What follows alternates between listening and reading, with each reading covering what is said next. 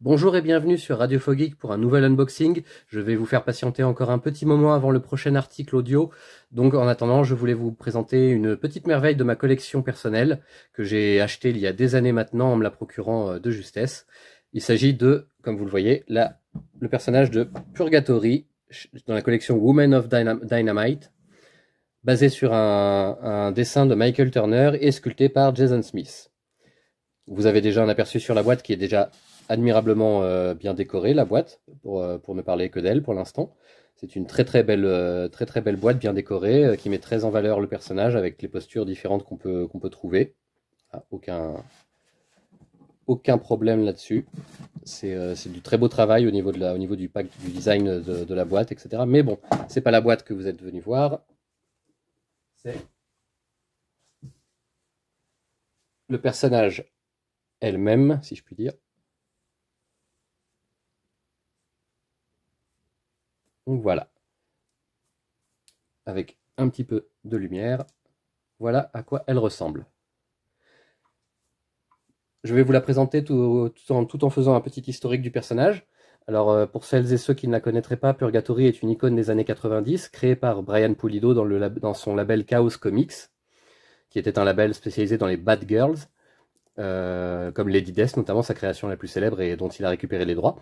Purgatory était donc l'une des ennemies principales de Lady Death, ancienne esclave dans l'Égypte antique. Elle a passé un pacte satanique sanglant avec les forces ténébreuses, les forces infernales, et elle est devenue une déesse vampire qui se nourrit du sang et acquiert des pouvoirs différents suivant le sang dont elle se nourrit.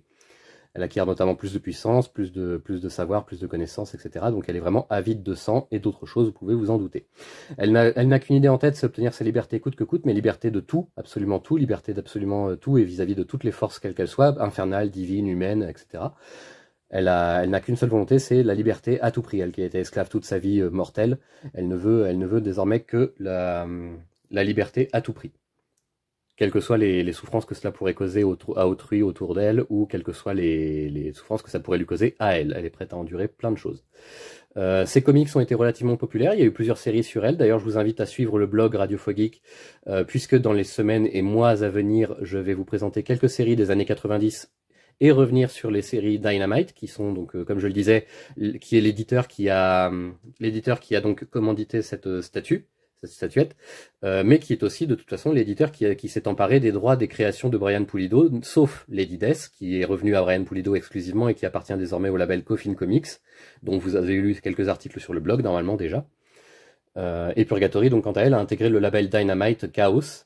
Donc tous les personnages Chaos restants, dont Purgatory, Lady Demon, Evil Ernie, tout ça, et Lady Hell, ont intégré l'écurie Dynamite, mais dans un bloc à part qui s'appelle toujours Chaos.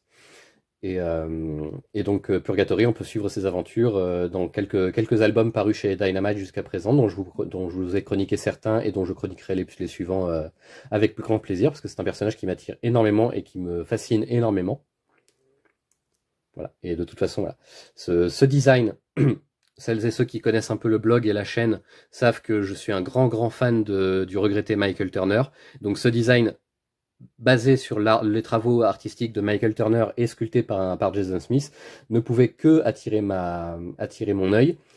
Voilà, donc on remarque tout de suite les connotations très sexualisées du personnage, effectivement, avec un côté un peu comme pour Lady Death à l'époque, un côté assez BDSM, on peut le dire.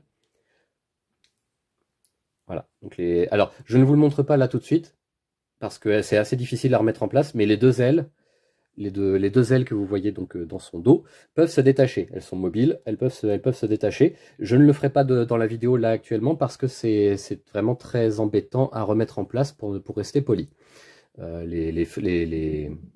Les jointures dans son dos c'est le seul point faible vraiment de cette statuette, je dirais, c'est que les jointures dans le dos sont assez mal foutues les ailes tiennent les ailes tiennent en parfait équilibre, il n'y a pas de souci, mais c'est très difficile de les mettre en place pour agencer la statuette. Une fois qu'elles sont mises en place, elles tiennent, il n'y a pas de souci, mais il faut d'abord lutter un petit peu pour pouvoir les mettre en place. Et j'ai déjà malheureusement cassé un ou deux éléments du socle et de la statuette elle-même en luttant pour attacher ses ailes. Donc je ne m'y risquerai plus. Voilà. Donc, et on peut voir que pour le socle, si ça vous intéresse également, le socle est en matière volcanique, enfin est en résine évidemment, mais fait l'effet d'un socle en matière volcanique, un peu à la Barad-dûr pour ceux qui choperont la référence au Mordor et au Seigneur des Anneaux. À l'intérieur évidemment de la matière volcanique en fusion, voilà, puisque elle est censée émerger incandescente d'un puits infernal. Voilà, et on peut voir que voilà, il y a le Women of Dynamite Purgatory Limited Edition Statue. Voilà. Moi j'ai la 496e sur 1994. Je crois qu'il y a eu que 1994 parce que justement 1994 est sa date d'apparition dans les comics, je crois, mais je ne suis pas sûr, je n'ai pas vérifié cette information, donc si vous pouvez le faire pour moi, je vous en serai gré, sinon je vous demande de me faire confiance. J'ai le certificat d'authenticité qui prouve que voilà, c'est une statuette officielle de cette collection, la 496e sur 1994 exemplaires. Voilà. Donc, la statuette date de 2016. Et elle fait partie de cette collection Women of Dynamite, aux côtés d'autres personnages de Dynamite comme Vampirella ou Red Sonja par exemple, pour ne citer qu'elle. Ou déjà Toris par exemple aussi. Donc voilà, je vous laisse admirer le profil de la statuette, les ailes. Les ailes sont vraiment le point faible.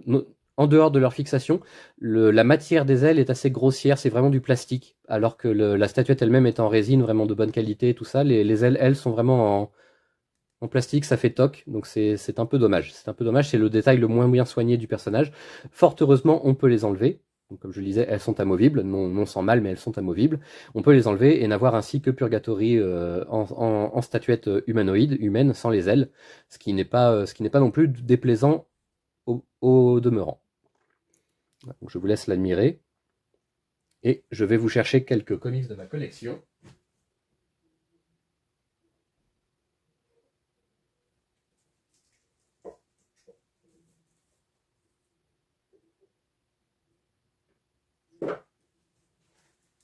Me revoilà.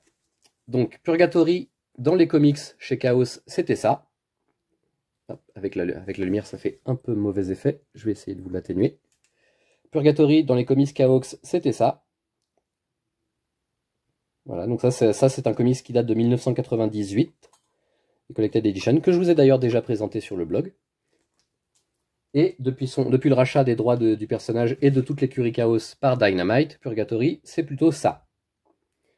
Toujours avec le label Chaos Comics, comme vous pouvez le voir, mais passé chez d'autres créateurs, je suis passé chez un autre éditeur, toujours indépendant, mais qui traite ses créations féminines un peu comme les marchandises qu'elles sont malheureusement, si je puis dire. Et donc voilà, donc ça c'est le seul album de chez Dynamite que j'ai lu sur les aventures en solo de Purgatory, mais il y en a d'autres que je me suis procuré également, en collaboration avec Vampirella, ou avec Red Sonja, ou avec les autres personnages de Chaos. Je vous en ai chroniqué certains sur le blog, d'autres sont à venir encore une fois, donc checkez régulièrement les news VO du vendredi sur le blog, parce que ça viendra dans ces articles-là. Voilà. Je vous remets un peu de lumière pour profiter une dernière fois du personnage, Purgatory. Voilà, un personnage qui est fascinant, une histoire tragique, mais une force de caractère incroyablement puissante chez un personnage féminin des années 90, loin d'être un cliché du genre. Elle se libère même des clichés scénaristiques et non émancipateurs féminins de son époque, de l'époque des bad girls, avec les clichés qu'on connaissait, les clichés un peu malheureux, sexistes et tout ça. Elle s'en libère, elle, complètement. Aujourd'hui encore, malgré le côté très commercial des aventures publiées par Dynamite, elle s'en libère encore et elle nous offre encore de très très beaux moments d'horreur, parce que ce sont des séries d'horreur, j'ai oublié de le préciser, mais c'était non seulement des séries de bad girls, mais aussi une dimension très horrifique. Donc voilà. C'est un vrai plaisir pour moi de vous la présenter, pour vous faire patienter un petit peu avant le prochain article audio, comme je vous le disais. Et j'espère que ça vous plaira. N'hésitez pas à laisser des commentaires, n'hésitez pas à partager des idées, des pensées, des commentaires si vous avez vous aussi été confronté à des titres Chaos Comics par le passé, que ce soit Lady Death ou Purgatory directement. Voilà, n'hésitez pas. Et bon, je vous laisse sur cette dernière vision avant de refermer les portes de l'enfer. Au revoir.